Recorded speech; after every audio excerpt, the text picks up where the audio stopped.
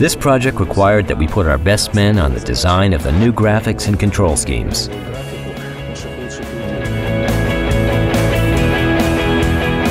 We faced a difficult task. We didn't just want a slight improvement. We wanted to make a major leap ahead in the quality of the gameplay experience. The graphics have come quite a long way already. Nearly every aspect of the visuals has been remade from scratch at this point.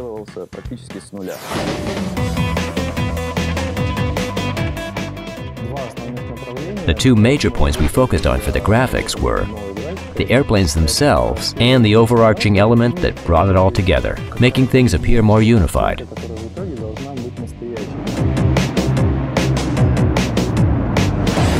One of the major additions is the work we've done with the camera system. The goal is to allow for the cameras to show off the beautiful designs of the planes during gameplay while still remaining functional enough for combat. At the same time, we're hoping it amplifies the depth of the experience. Currently, you can see that some very advanced shaders are used for the planes. Because of this, you can distinguish different types of metal which reflect light in different ways. The planes that are supposed to be painted will actually appear to have been coated in paint. Planes that are not painted are going to have that bright metallic finish. We want our players to feel like they're flying. From history, fabric and wood were used in the manufacturing of the first aircraft. These light materials were fundamental building blocks of aircraft hulls for a long time. During World War I, German engineers succeeded in building an aircraft comprised of metal. The breakthrough is credited to German metallurgist Alfred Wilm, who invented the duralumin alloy. The aircraft became lighter, but a new problem appeared: metal corrosion. It was solved by the 1920s in the United States. Duralumin was covered with a thin layer of pure aluminum, preventing corrosion. Aircraft built of metal completely pushed wooden designs out of the picture.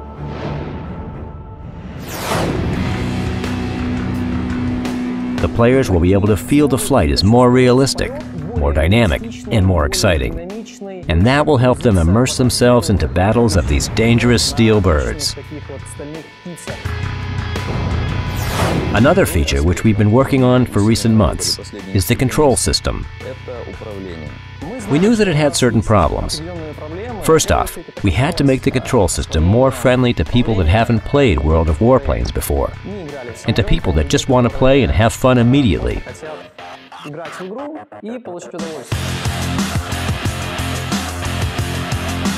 Specially trained people have made a lot of iterations and different prototypes. We haven't even shown all of our attempts during alpha or beta testing.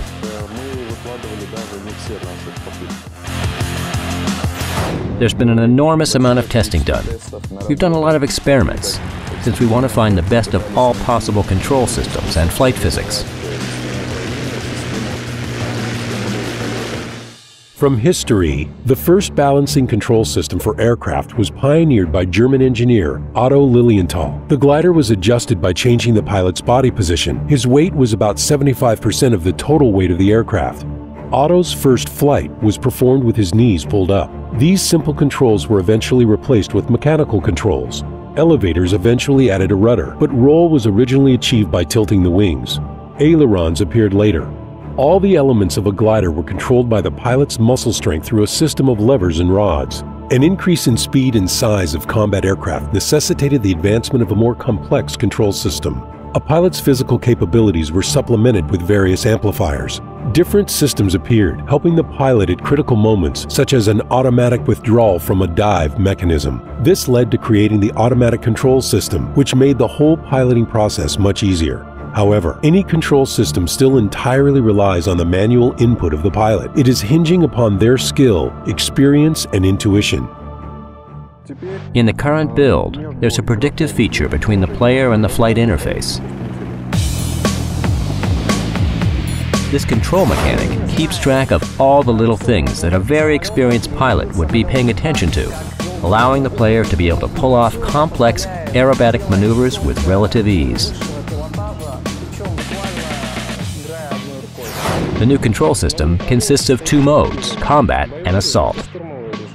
Their main differences are the autopilot behavior and the camera setup that shows the battlefield and the plane itself. The Combat mode allows for the most versatile control. The plane will do barrel rolls, loops, etc., all responding to the player's input. It provides a good view and a solid responsive flight feel. It's designed for rapid but precise maneuvers.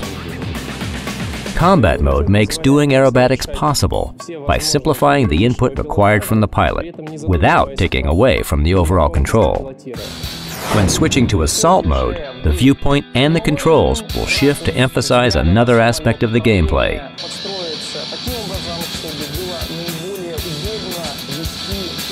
The camera switches to a view under the plane's hull, providing a much-needed perspective shift when making a run for ground targets. It makes the terrain and those targets much easier to distinguish. Assault mode is specially designed for low-altitude flight and zeroing in with rockets, bombs, and cannons. It's almost an entirely different game using this mode. This feature provides a slightly different feel for the pilot assistance AI. It helps to steer the aircraft more gently.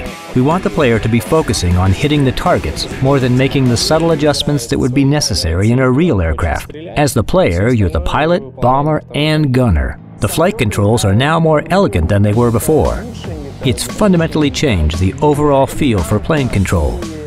Whether you're chasing an enemy or flying low and slow to take out a ground target. самолетом, ну и в конечном итоге на результат.